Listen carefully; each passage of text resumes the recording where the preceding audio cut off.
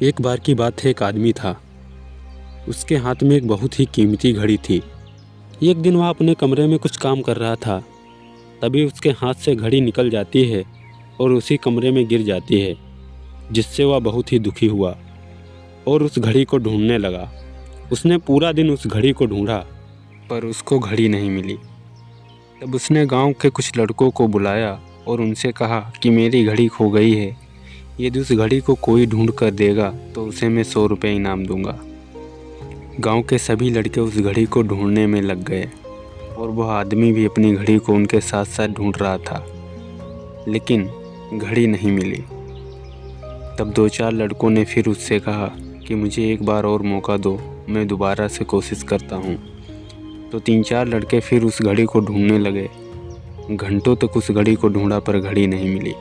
थोड़ी देर बाद वहाँ पर एक लड़का आता है, जो कि वो दूसरे गांव का था, लेकिन उसने जैसे ये बात सुनी कि घड़ी को खोजने पर 100 रुपये इनाम दिया जाता है, तो उसने उस आदमी से कहा कि मैं तुम्हारी घड़ी को खोजूंगा, और वह घड़ी को खोजने लगा।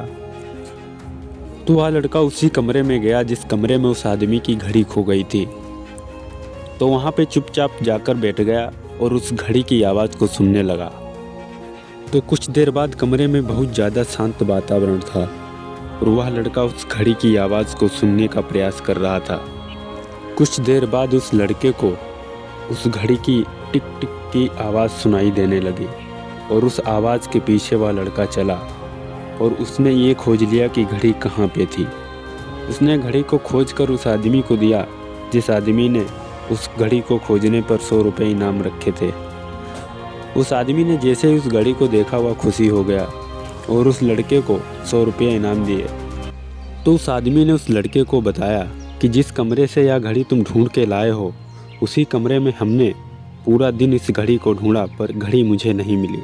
तो कृपया करके हमें ये बताएं कि आपको इस कमरे में यह घड़ी कैसे मिल गई। तो उस लड़के ने उस आदमी से कहा कि मैंने तो कुछ भी नहीं किया, मैंने सिर्फ उस कमरे में जाकर इस घड़ी की आवाज़ को सुना और जिस तरीके से आवाज़ आ रही थी उसी दिशा में मैंने इसको खोजने का प्रयास किया।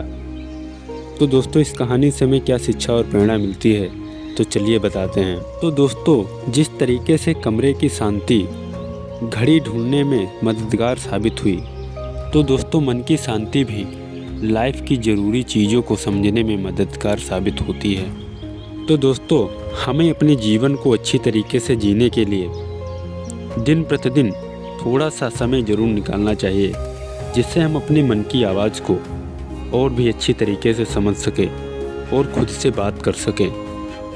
यह कहानी आपको कैसी लगी कमेंट में ज़रूर बताएं और चैनल को भी ज़रूर सब्सक्राइब कर दें।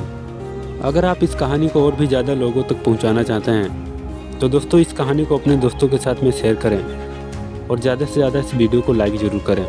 फिर मिलेंगे ऐसी मोटिवेशनल एजुकेशन वीडियो के साथ। तब तक के लिए जय हिंद, जय भारत।